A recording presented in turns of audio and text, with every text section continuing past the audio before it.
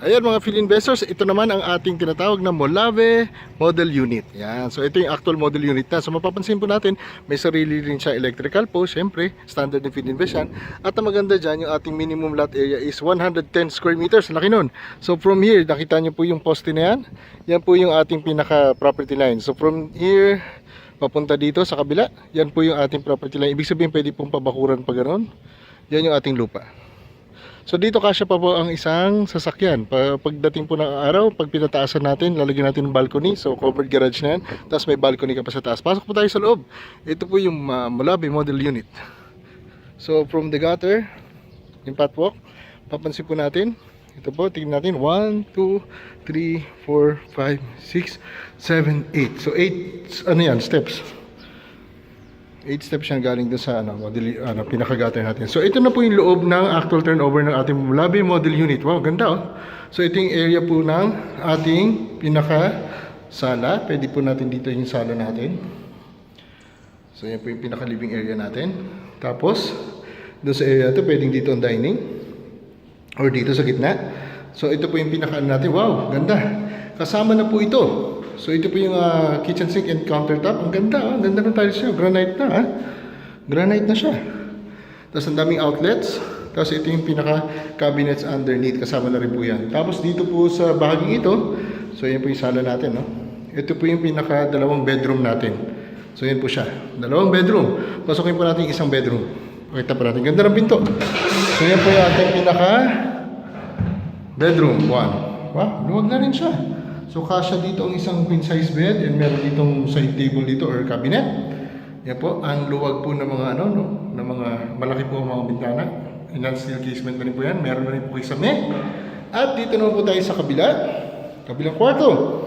So ito po siya. Wow, ganda rin. Halos magasinlaki po siya. Or if not, magsinlaki po talaga siya. So ito po yung pinaka second room. Ayan po siya, may complete na, may partition na yan, may mga pinto na, may mga kisame na. So yun ganda.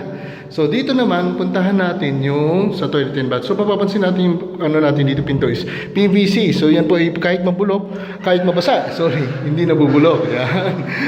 Okay, ang ganda po ng ating ganda ng ating CR. O, di ba yung restroom natin? Ang ganda ng tiles. Oh. Tapos kompleto na. Ang ganda pa ng shower. So yan po siya. Meron siyang exhaust of course. So yan, may kisame na rin. Ganda ng CR natin. Tapos, again, remember, itong pinto na to ay hindi nabubulok. Yan po. Yan po ay PVC. Plastic po yun na matigas. High-tech po yan. Hindi po yan nabubulok kahit mabasa. Yan ang maganda. Kasi syempre alam natin sa CR, laging merong tubig. So ito po yung back door naman. Punta tayo sa taas. Ito po maganda pinibesos. May surprise po kami sa inyo. Ang ganda nito kasi kasama na itong yan, charan, may hagdan na siya. Meron na po siya hagdan, papunta dun sa taas. Bakit siya may hagdan? Meron po tayong roof deck katulad ng walnut na model unit.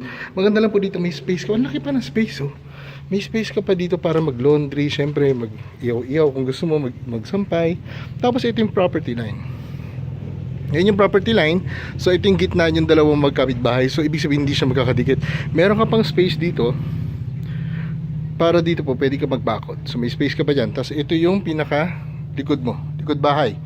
Kumbaga yan, tapos may hagdan at papunta dun sa roof deck. Puntaan nga natin yung roof deck. Dito talaga yung nakakatuwa na meron tayong ganito, no? So ang dami po nagkakagusto sa bahay na to kasi meron po tayong tinatawag na roof deck. Yan.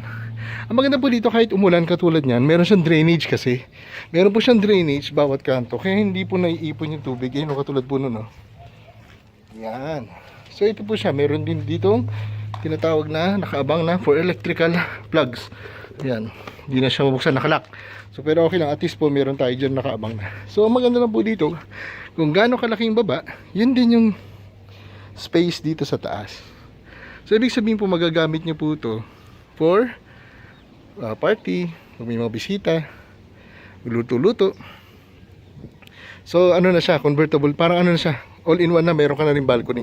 Pagdating ng araw po at meron kayong balak pataasan yung ating bahay, syempre, ito po ay ready na kasi 3,000 PSI po ito. So ibig sabihin, ito po ay buhos tibay.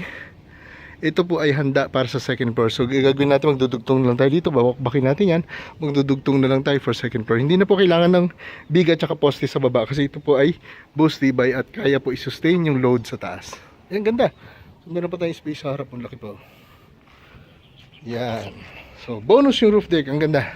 So, meron ka ng balcony na malaki sa taas. In fact, pwede nyo pa rin po lagyan po ito, extend ng balcony for the garage naman para may cover yung ating kotse. At the same time, ano na naman, space for balcony. So, yan po. Ang ganda. So, baba po tayo. Ito po yung Molabe model unit. Very efficient. Tsaka maganda po sa ating hagdan is bakal at saka bato. Kaya hindi po siya mabubulok. So yan po ang ating Molabe model unit. Yan po ito sa nalagyan pa ng ref kanina. So yan po. Ganda.